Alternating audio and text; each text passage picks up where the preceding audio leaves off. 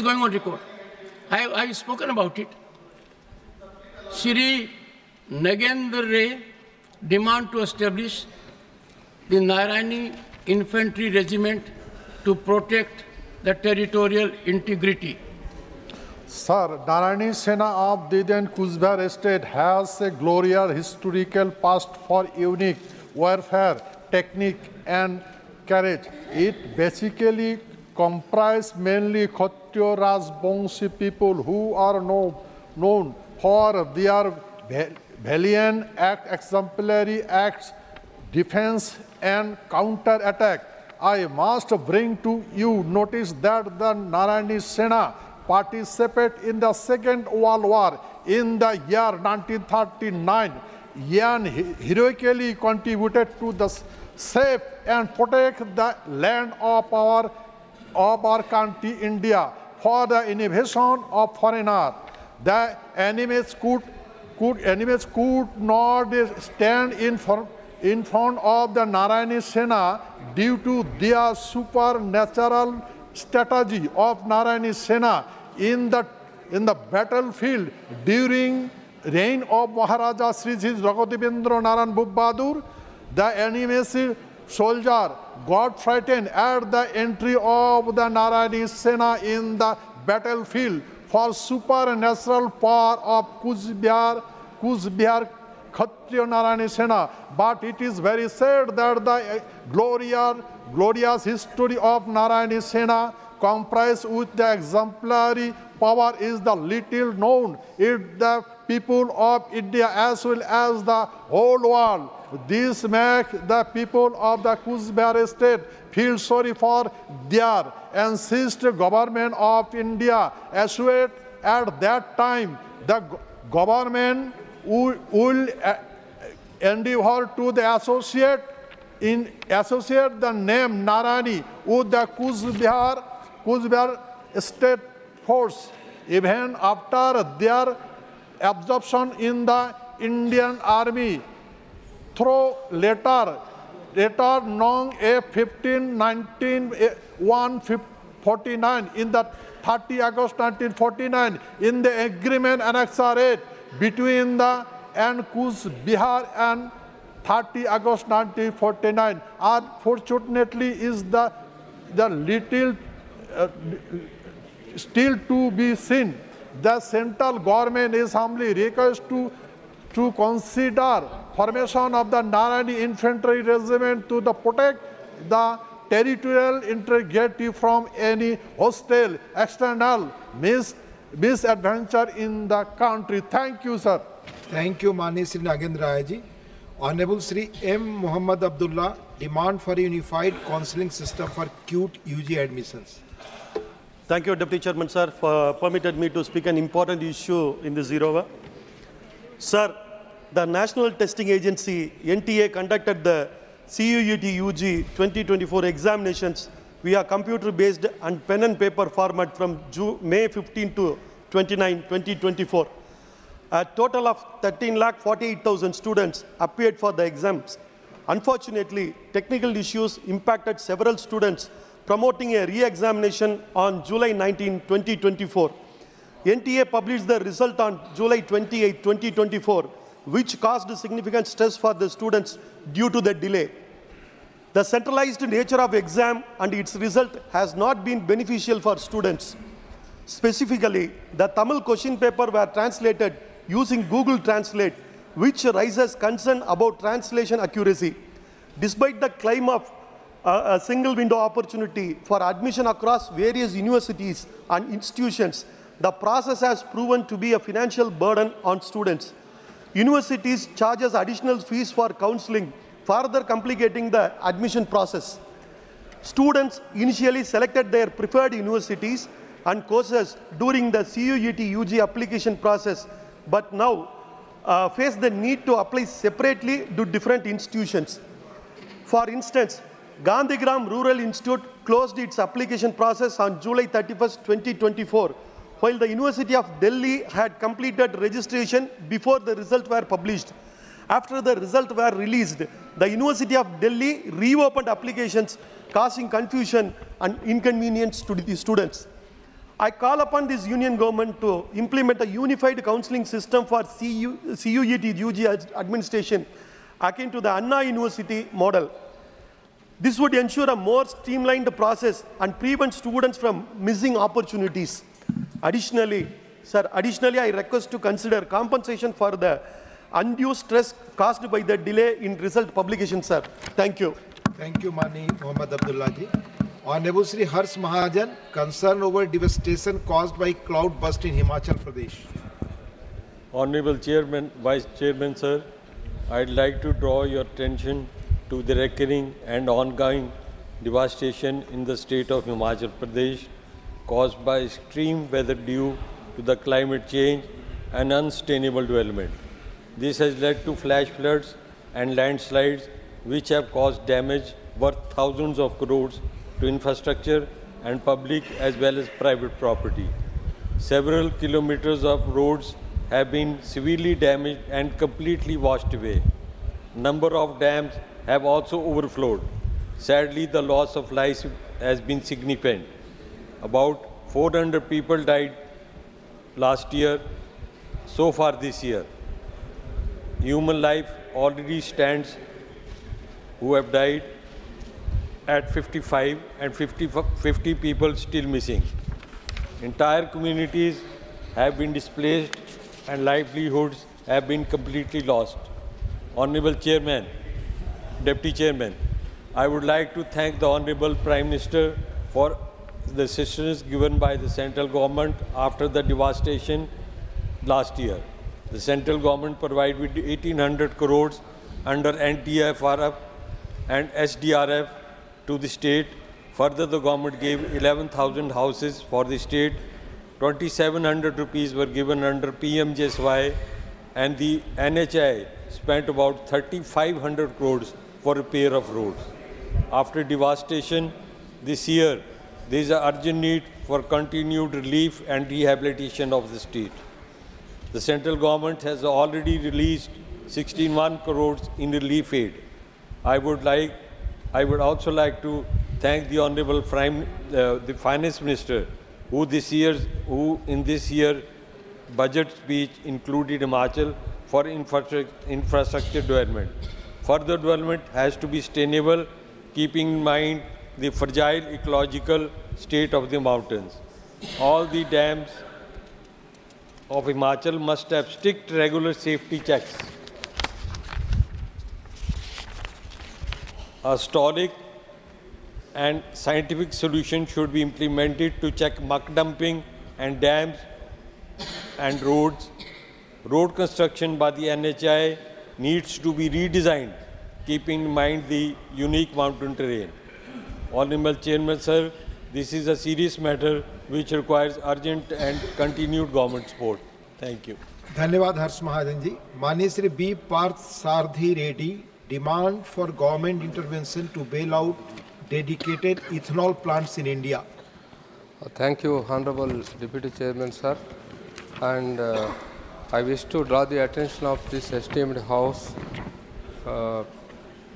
about the burning issue pertaining to the 131 dedicated ethanol plants signed the long-term agreement with the central government to set up, manufacture and supply of ethanol as a part of the biofuel policy, with the investment of about 25,000 crores and generated the employment potential to the extent of about 2 lakh directly and indirectly. Sir, I would like to give a brief background on grain ethanol industry. Prior to 2018, Government of India was dependent solely on ethanol derived from molasses to meet the fuel blending needs. Realizing that ethanol supply from sugarcane will not be adequate to meet the ambitious E20 blending target by 2025, in June 2018, government introduced a new biofuel policy and encouraged using damaged food grains. Sir, government also introduced at the same time a policy to supply surplus rice from FCA at a fixed price to DEPs and linked it to price paid by the oil marketing companies for supply of ethanol. Government needs around 1,000 crore liters of ethanol to meet the E20 blending target by 2025.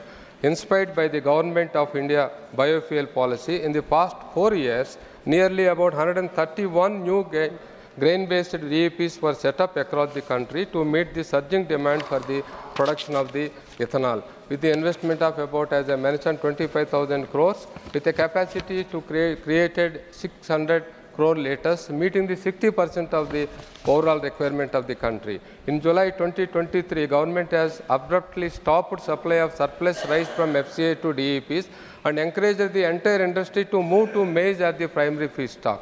This has created a shock wave in the DAP industry, while another blow was price increase of the broken rice and the damaged rice from 21 rupees to 29 rupees, and also at the same time maize price increased from 21 rupees to 29 rupees. Though the government taken care of the price hike of maize and broken rice while fixing the ethanol price, it is not in proportional of actual price hike, resulting the industry as unviable. Government has permitted import of maize under the tariff relief quota by another industries, feed industry, not for use by fuel ethanol units. Sir, shortage of the feedstock is threatening the entire DAP industry and also adversely impact government's ambitious E20 biofuel blending target. Sir, therefore, I urge the government to restore supply of the broken rice and surplus rice through FCI, which was abruptly stopped.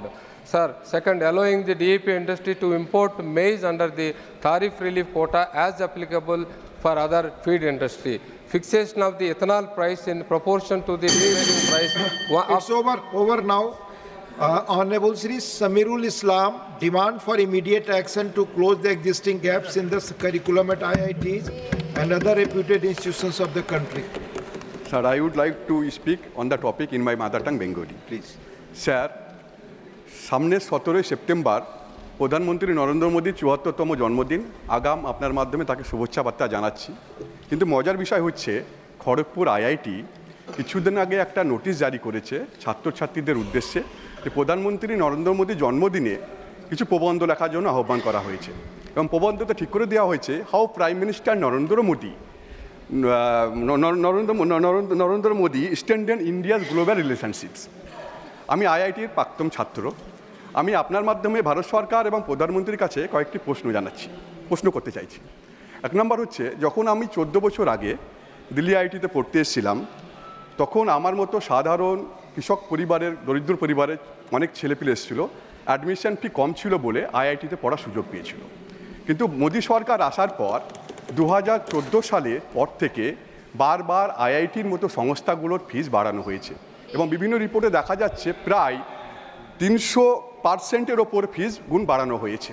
তার ফলে ভারতবর্ষের বিভিন্ন গ্রাম থেকে যেসব মেধাবী ছাত্রছাত্রীরা পড়ার জন্য আসবে তারা দুঃস্বপ্নে ভুগছে যে আইআইটিতে পড়তে পারবো কি পড়তে পারবো না। এবং এই বাজেটে আমরা দেখলাম যেভাবে উচ্চশিক্ষার জন্য গত বছরের বাজেটের থেকে 10,000 কোটি টাকা কমিয়ে দেওয়া হয়েছে। শুধু বাজেটে টাকা কমানো হয়নি স্যার, ল্যাবরেটরিতে যে কেমিক্যাল ব্যবহার করা হয়, যে কেমিক্যাল সায়েন্টিস্টরা ব্যবহার করে, সেই কেমিক্যালের ওপরেও ভারত সরকার ট্যাক্স বসিয়েছে এবং গবেষণার জন্য যে টাকা দেওয়া হতো সেটাও বিভিন্ন ফান্ডে বন্ধ করে দেওয়া হচ্ছে বলে বিজ্ঞানীরা রিসার্চ করতে পারছে না। অথচ আইআইটির মতো সংস্থাগুলোতে দল দাসভুক্ত কঠোরপন্থী চিন্তাভাবনার মানুষদেরকে পরিচালনার দায়িত্ব দেওয়া হচ্ছে। তার ফলে কি হচ্ছে? আইআইটিতে কুসংস্কার বাড়ছে। তারপরে কি হচ্ছে? অবৈজ্ঞানিক চিন্তাভাবনা ছাত্রদের মধ্যে ঢুকানো হচ্ছে, সাম্প্রদায়িকতা ঢুকানো হচ্ছে, ভেজ নন ভেজ এসব নিয়ে আলোচনা করা হচ্ছে। স্যার, আইআইটিগুলোকে যদি আমরা ঠিকঠাকভাবে যদি কুসংস্কার মুক্ত না রাখতে পারি তাহলে ভারতবর্ষ কখনো উন্নতি হতে পারে না। আমরা প্রত্যেকে জানি যে ভারতবর্ষ থেকে আইআইটি, আইআইএসসি, আইআইসিএস এর মতো বিভিন্ন সংস্থা প্রচুর ভালো ভালো বিজ্ঞানী তৈরি করেছে যারা দেশ বিদেশে ছড়িয়ে আছে। কিন্তু 2020 সালের একটা নোটিফিকেশন আপনাকে পড়ে দেখে যেটা আইআইটি করেছে, বলেছে the panel of foreign examiner for PhD thesis evaluation shall consist of at least 3 examiners of non Indian origin. মানে ভারতীয় বিজ্ঞানীদেরকে ছোট করা হচ্ছে, এই আইআইটি সংস্থাগুলো এখন ছোট করছে, যারা এই রকম মানে দল দাসভুক্ত লোকগুলো আইআইটির মধ্যে বসে আছে। স্যার, আপনার মাধ্যমে আমি ভারত সরকার এবং প্রধানমন্ত্রীকে বলতে চাই, যদি আমরা সত্যি বিকাশ ভারতের কথা যদি বারবার বলছি, যদি আমরা বিকাশ ভারত চাই তাহলে আইআইটিগুলোকে এই কুসংস্কার মুক্ত থেকে দূর করা হোক। Thank you. মাননীয় doctor Anil Sukhdev Rai Bonde demand to include twins under the 2 children policy of the Garib Kalyan Yojana and other government sponsored schemes. धन्यवाद आदरणीय उपसभापति महोदय।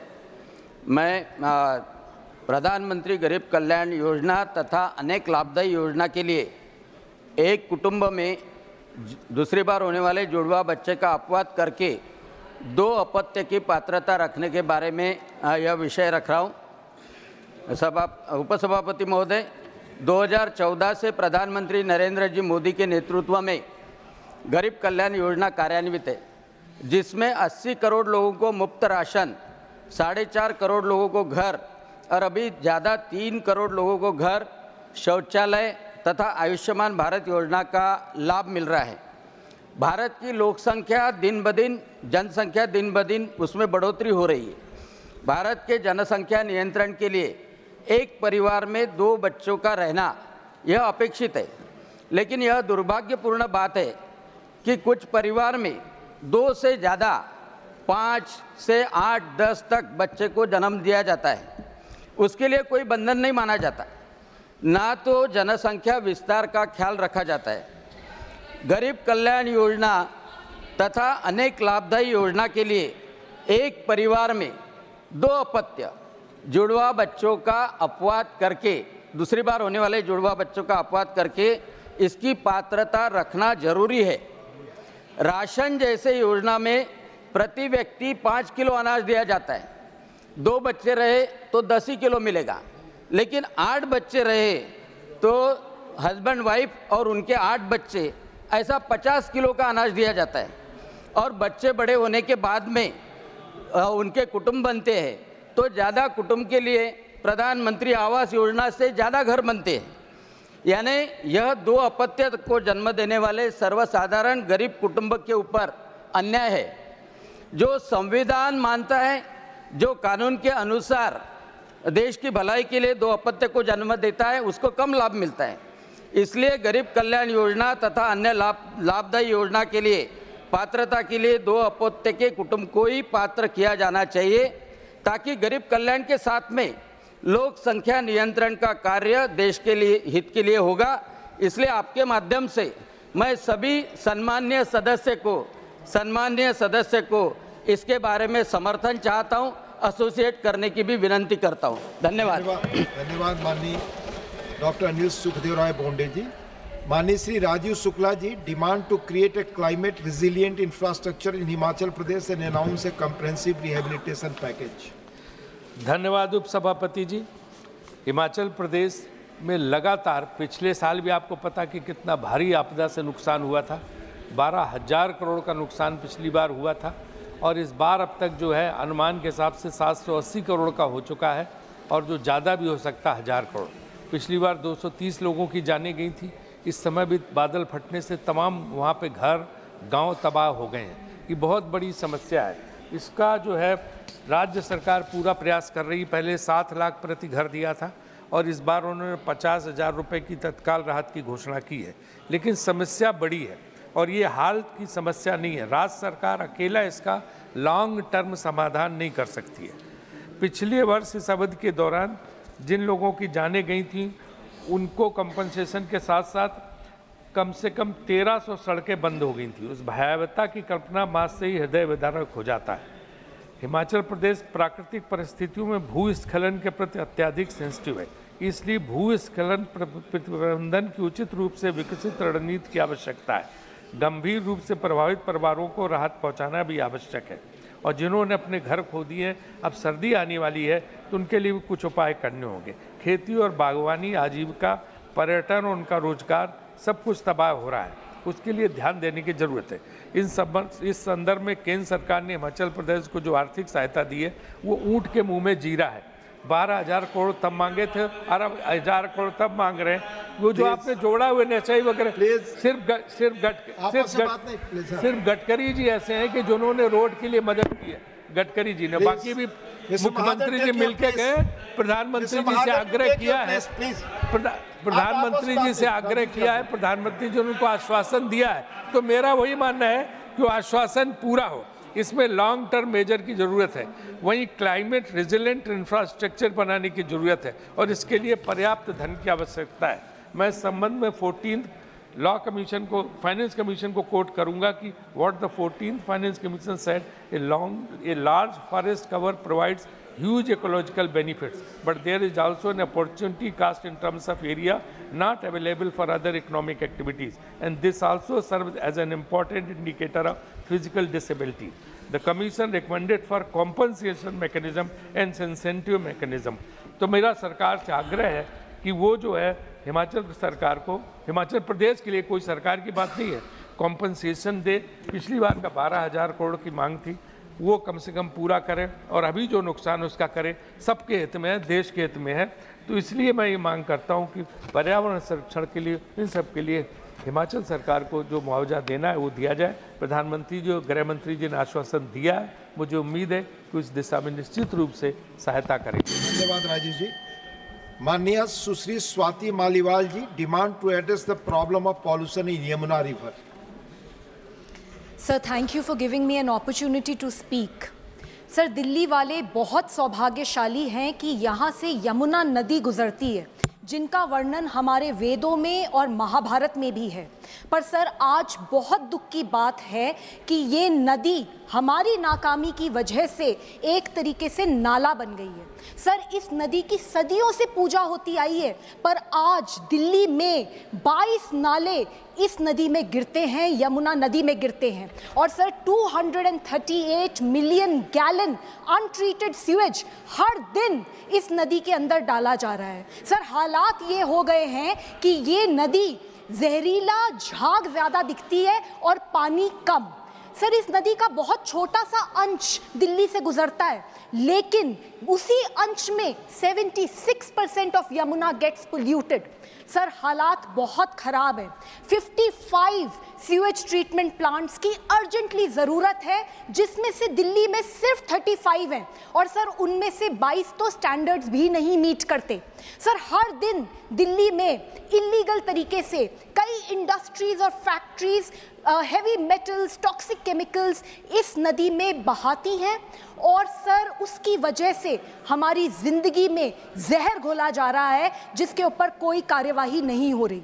सर, 2021 में दिल्ली सरकार ने ये वादा किया था कि वो यमुना नदी को इतना साफ कर देंगे 2025 से पहले कि वो खुद उसमें डुबकी लगाएंगे।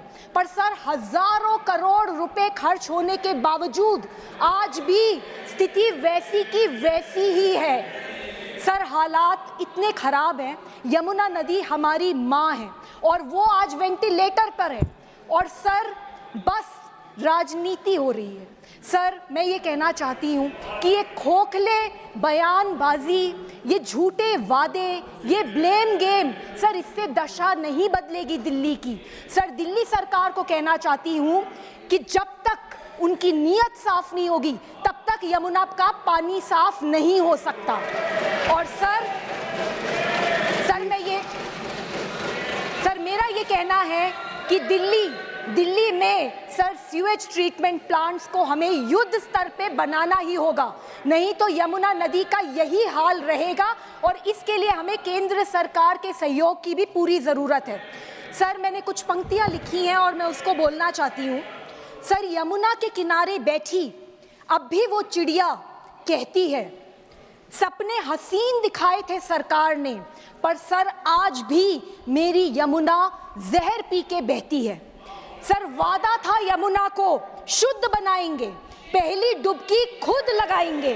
डुबकी चाहे अब मत लगाओ, अहंकार छोड़ो, काम पर लग। Thank you Sushri Maliwal ji, thank you माननीय Shri N Chandrasekaran, honourable Shri N Chandrasekaran, request for prioritisation and Honorable Deputy Chairman, sir, Itari I would like to bring to the attention of the Honorable Minister for Railways the need for a separate railway corridor to transport manufacturing goods and raw materials from Itarsi in Madhya Pradesh to Tuticorin in Tamil Nadu via Vijayawada. The scheme was announced by the former Railway Minister, Honorable Lalu Prasad, on the floor of Parliament. Along with this, 2 other schemes were also announced and completed with the help of the World Bank and the Bank of Japan. However, the corridor from Itarsi to Vijayawada, which should extend up to Tuticorin has not been started yet. Tamil Nadu is a major manufacturing state, and including the scheme in the budget would greatly benefit its industrial development. This scheme has been assured. I do not understand why it is being delayed. Our former Chief Minister Tamil Nadu and now present State Assembly Opposition Leader, Honorable Edappadi Palaniswamy, has also consistently urged the central government to extend this scheme. Therefore, I request the Honorable Minister for Railways to line up the scheme, allocate sufficient funds, expedite its implementation, and support the industrial development of Tamil Nadu. Thank you for giving the opportunity to speak on the funding of the ITRC Tuticorin Railway Corridor Scheme. Thank you, sir. Thank you, Mani N. Chandrasekharan ji. Mania Srimati Sudha Murthy ji demand to design new electrical grids and sufficient charging points for electrical vehicles. Mania Sudha Murthy ji. Mania Sudha Murthy ji. Thank you, sir. Your subject is demand to design new electrical grids. Giving me a chance to talk. Yes. There's a saying, Shubhaste Panthanu Santu. Oh, traveler, when you are traveling, everything should go well. With beautiful roads from the Department of Transport, under Mr. Nitin Gadkari, we are all enjoying the great network of India. But there is a small problem in that. He himself said that the 40% of them, the pollution, it comes from the road transportation. So this is a time for us. We have to think about pollution and how to reduce it. There are many ways to reduce, but I want to take one way that is known as the electrical vehicle, and we call it as EV in general. When you have electrical vehicle, things will be better, pollution will be reduced, green gas emission will be less, carbon dioxide will be less, it is fine. But to have that, we require following things. That is my suggestion.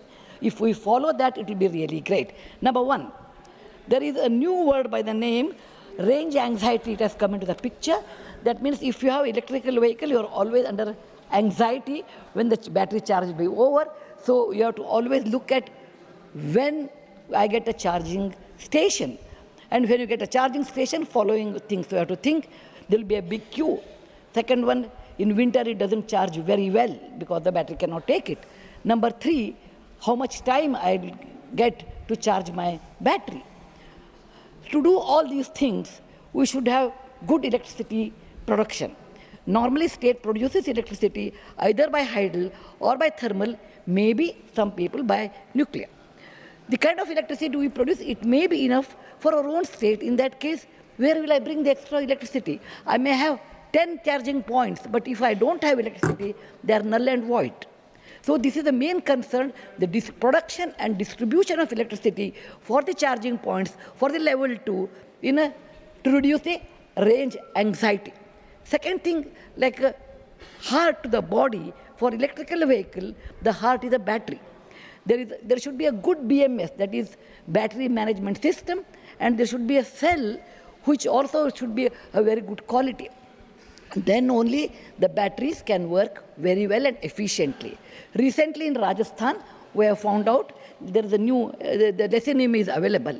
So it will be a great idea if in India we can manufacture our own batteries, and that makes us independent, self-dependent, not dependent like oil.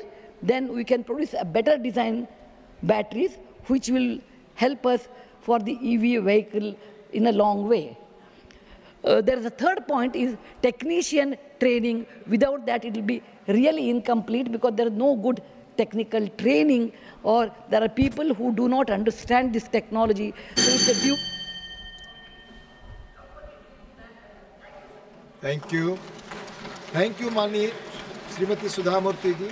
Honorable Sri M. Sanmugam, concern over violations of Contract Labour Regulation Act. Thank you, Deputy Chairman, sir. The serious views of the violation of provisions of the Contract Labour Regulation Act and ensure all contract workmen are paid on par with the regular workmen in the organization. Sir, Section 10 of the Contract Labour Regulation Abolition Act 1970 speaks about the prohibition of employment of contract labour by considering the relevant factors. A. Whether the process, operation or other work is incidental to are necessary for the industry, trade, business, manufacture or occupation that is carried on in the establishment. B, whether it is a perennial nature, that is to say, it is of sufficient duration having regard to the nature of industry, trade, business, manufacture or occupation that is carried on. C, whether it is done ordinarily through regular workmen in that establishment. D, whether it is sufficient to employ considerable number of full-time workmen. These are the factors prohibit engagement of contract labor. If the contractor takes license as per the central rules notified under the Contract Labor Act, Rules 25(2), Section 4, the rates of wages payable to the workmen by the contract shall not be less than the rates of the prescribed under the Minimum Wages Act for such employment where applicable and where the rates have been fixed by agreement, settlement or award not less than the rate so fixed. But the minimum wages are fixed only the schedule of employment declared by the rules of the state and central. The government companies like railway, defense and the public sector undertaking do not come under the purview of the schedule of the employment. So, if the contract workmen to be engaged in those organizations, they should be paid the minimum wages of the concerned industrial worker. But this is not happening in the government organization, and that act and rules are violated in the government organization itself. So it leads to private organizations also doing the same. I would therefore urge upon the Honorable Labour Minister to view this violation of seriously and should take necessary action to ensure payment all the contract workmen on par with the permanent workers similarly placed. For addressing all these issues, I request the Honorable Minister through you, sir, to convene the Indian Labour Conference as early as possible. Thank you very much, sir. Thank you, Mani Shanmugamji. Honorable Sri Sadanand Mahalu Seth Tanwade demand for provision of a stoppage of Ernakulam Pune Express train at Timbim station in Goa. Thank you, Deputy Chairman, sir, for giving me opportunity for raising an important issue regarding the Ernakulam Pune Express, which currently halts only at Margao in South Goa district. There has been a long-standing request to add an halt for this train at Thivim station in North Goa district. Despite numerous appeals to the Railway Ministry, these requests remain unaddressed. Currently, there is no direct rail service connecting North Goa district to Pune, which forces thousands of passengers to travel to Madgaon in South Goa district to board this train. This situation leads to longer travel times and higher cost. Passengers from North Goa often have to choose between taking a direct bus to Pune or traveling to Madgaon in South Goa district first, both of which are inconvenient and expensive. During peak season, bus fares increases significantly, adding financial burden on passengers. Without a direct train connection, North Goa residents must make a trip to Madgaon in South Goa district before continuing their journey to Pune, which adds considerable time and increased fatigue. Alternative transport like buses or taxi further increases passenger budgets. Students, professionals and even patients traveling between North Goa district and Pune face significant inconvenience. Adding a halt at Thivim station in North Goa district would greatly benefit students, employees, tourists, businessmen and patients traveling to Pune for medical treatment by providing a more accessible and cost-effective travel option. North Goa is a popular tourist district and many visitors will find it easier to travel if they could catch the train at Thivim in North Goa district. This additional halt at Thivim, North Goa district, will reduce the financial strain on passengers who currently use expensive alternative mode of transport. Chairman, sir, creating a halt at Thivim station would make a travel more manageable for students and professionals with a better connectivity and overall accessibility for passengers traveling between Goa and Pune. Chairman, sir, I appeal to the Honorable Minister of Railways to consider this request favorably and take prompt action to address this crucial transportation need. Thank you, Speaker. धन्यवाद माननीय तानवड़े जी. माननीय Shri Madan Rathore ji, demand to address the problem of begging in the country. धन्यवाद उपसभापति महोदय। मैं आपके माध्यम से एक ऐसे विषय की ओर आकर्षित करना चाहूँगा जो दिखने में तो बहुत सामान्य लगता है लेकिन है बहुत गंभीर। हम में से अनेक माननीय सदस्यों ने यह महसूस किया होगा कि किसी भी शहर के चौराहे पर जब सिग्नल बंद होता है तो हम देखते हैं कि कई भिखारी आकर के और भीख मांगने लग जाते हैं। इसमें से कई महिलाएं छोटे छोटे बच्चों को गोद में लेकर के और ऐसे आ जाती है कि वो बच्चा बिल्कुल जैसे वो ड्रग दिया हुआ होता है और वो ऐसे लटका हुआ गर्दन और उसकी होती है। ये बच्चे सब गायब किए हुए होते हैं या किसी से और किराए पर लिए हुए होते हैं और वो हम दया करके और उनको भीख दे देते हैं। आप एक कल्पना करें कि देश में कई बच्चे गायब हो रहे हैं जो अभी तक पकड़े नहीं गए हैं। ऐसे गिरोह पनप गए हैं और गिरोह का सरगना कहीं और बैठा होता है और ऐसे भिखारियों से भिक्षा मंगवाता है। अब वो बच्चा जो अभी बचपन में ही जो उसको ड्रग दिया जा रहा है वो बच्चा बड़ा होकर के क्या बनेगा इसकी कल्पना की जा सकती है। यही नहीं, वो महिला जो है वो हष्ट-पुष्ट होती है। तो ऐसे महिलाओं को वैसे मैं ये निवेदन करना चाहूँगा कि एक छानबीन करनी चाहिए कि उसके गिरोह का जो सरगना है वो उन महिलाओं को भी यदि पर्याप्त पैसा नहीं, जितनी वो चाहते हैं उतना पैसा भीख मांग करके यदि जमा नहीं करवाते हैं तो उसकी पिटाई होती है, उसको खाना भी कम देते हैं और ये लगातार ये प्रक्रिया चलती जाती है। कई महिलाओं का भी अपहरण करके इस प्रकार का कृत्य करवाया जाता है। मैं एक निवेदन करना चाहूँगा कि इनकी छानबीन की जानी चाहिए और छानबीन करके ऐसे गिरोह को पकड़ा जाना चाहिए और उन महिलाओं को काम पर लगाया जाना चाहिए और उन बच्चों का बाल संरक्षण गृह में भेज करके और उनका और सामाजिक न्याय विभाग के माध्यम से उनका संरक्षण किया जाना चाहिए। और अपन ये भी महसूस करते हैं कि कई विदेशी मेहमान भी आते हैं और वो सब ये दृश्य देखते हैं तो हमारे देश की छवि भी खराब होती है। इसके लिए मैं आपके माध्यम से निवेदन करना चाहूँगा कि सरकार इस प्रक्रिया को और रोकने के लिए पर्याप्त कदम उठाए। बहुत बहुत धन्यवाद। धन्यवाद माननीय राठौड़ जी। माननीय Shri Mahendra Bhatt, demand to include माननीय सभापति जी, इन हिमालयन स्टेट्स। मैं जिस क्षेत्र से आता हूँ उत्तराखंड, उसमें अनेकों आपदाएं आती हैं, लेकिन पिछले दिनों अग्नि की आपदाएं बड़ी संख्या में आई है और मैं कह सकता हूं कि उत्तराखंड में जब विषय की चर्चा आती है तो उसको मानव जनित अग्नि दिखाया जाता है, जबकि सत्य यह है कि जहां का जो राज्य वृक्षारोपण में प्रथम स्थान रखता हो, जिसका बहुत बड़ा भूभाग वृक्षों से लदा हो, ऐसे स्थान पर मानव रचित घटनाएं संभव ही नहीं है। और मैं कह सकता हूं कि घटनाओं का जो मूल कारण है, पहाड़ में पहाड़ी क्षेत्र होता है, अनेकों जंगली जानवर होते हैं। ग्रीष्म काल के अंदर जब वो चलते हैं तो पत्थर के टकराने से अनेकों अग्नि की घटनाएं होती हैं। महोदय, बताना चाहूँगा कि पहाड़ में पिरूल, जो चीड़ की पत्ती का है, उसके कारण बड़ी घटनाएं होती हैं। हमारी राज्य सरकार ने प्रयास भी किया है कि पिरूल की दृष्टि से वहाँ 50 पिरूल संग्रह केंद्र हमने बनाए हैं। 50 किलोग्राम 50 रुपये प्रति किलो के हिसाब से पिरूल खरीदने का काम हो रहा है, लेकिन मैं चाहूँगा केंद्र सरकार भी इसमें मदद करे। महोदय, मैं घटनाओं की अगर चर्चा करूँ, 53,483 वर्ग किलोमीटर वन क्षेत्र उत्तराखंड राज्य में है, जिसमें से वन विभाग के स्वामित्व में 37,999 किलोमीटर का वर्ग क्षेत्र है। इसी तरह राजस्व विभाग में 4,768.7 किलोमीटर वर्ग क्षेत्र इसमें आता है।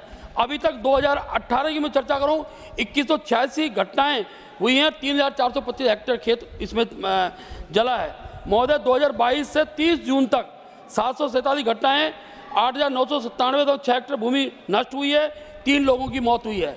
महोदय, नवंबर 2013 से 13 जून 23 की मैं चर्चा अगर कहूँ तो 1220 घटनाएँ हुई हैं, 1,657.67 हेक्टेयर भूमि नष्ट हुई है और 10 लोगों की मृत्यु हुई है। महोदय, ये बहुत ही एक प्रकार से मैं कह सकता हूँ, जिस राज्य के अंदर हम पेड़ लगा रहे हैं, पेड़ की रक्षा करें, पूरे भारतवर्ष को जो ऑक्सीजन को देने वाला राज्य बन रहा है, मैं कह सकता हूँ कि अभी तक भी इसको हमने देवी आपदा की श्रेणी में नहीं लिया है। मैं सरकार से मांग करूँगा कि कम से कम जिन हिमालयी राज्य, खासतौर पर उत्तराखंड की दृष्टिकोण से मैं चर्चा करूं, तो इन क्षेत्रों को आप इसको वनाग्नि के को भी देवी आपदा की श्रेणी में लें, ऐसी मैं मांग करता हूं। धन्यवाद माननीय श्री महेंद्र भट्ट जी। माननीय Shri Sanjay Seth, demand to grant industrial status to the real estate sector. Sir, मैं ये रियल एस्टेट सेक्टर जो है वो जीडीपी का एक बहुत बड़ा कंट्रीब्यूटर होता है। तो सर, मैं सरकार से ये आज अनुरोध करना चाहता हूँ कि रियल एस्टेट को इंडस्ट्री का स्टेटस दिया जाए।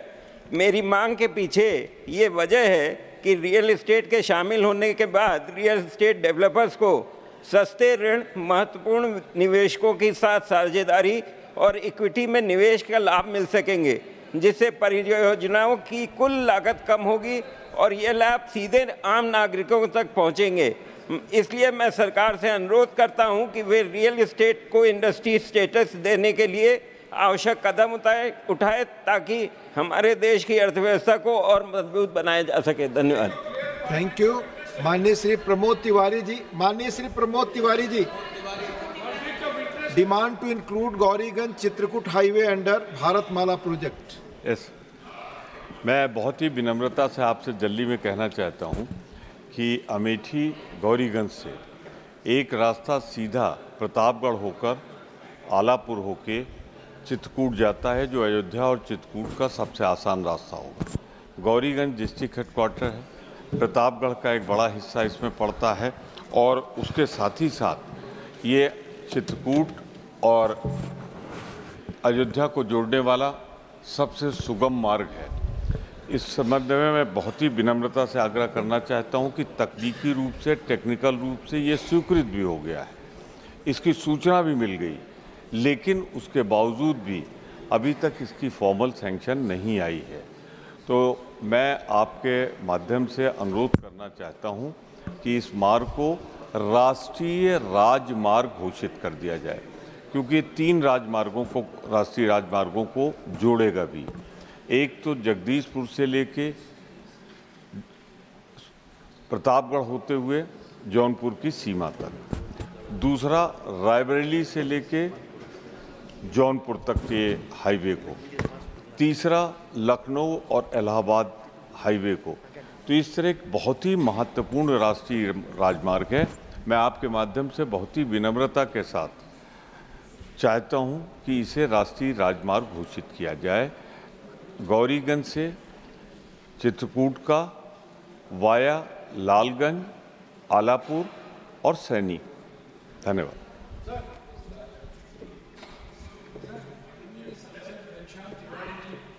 एलओपी के बारे में कुछ आपत्तिजनक बातें कही थी।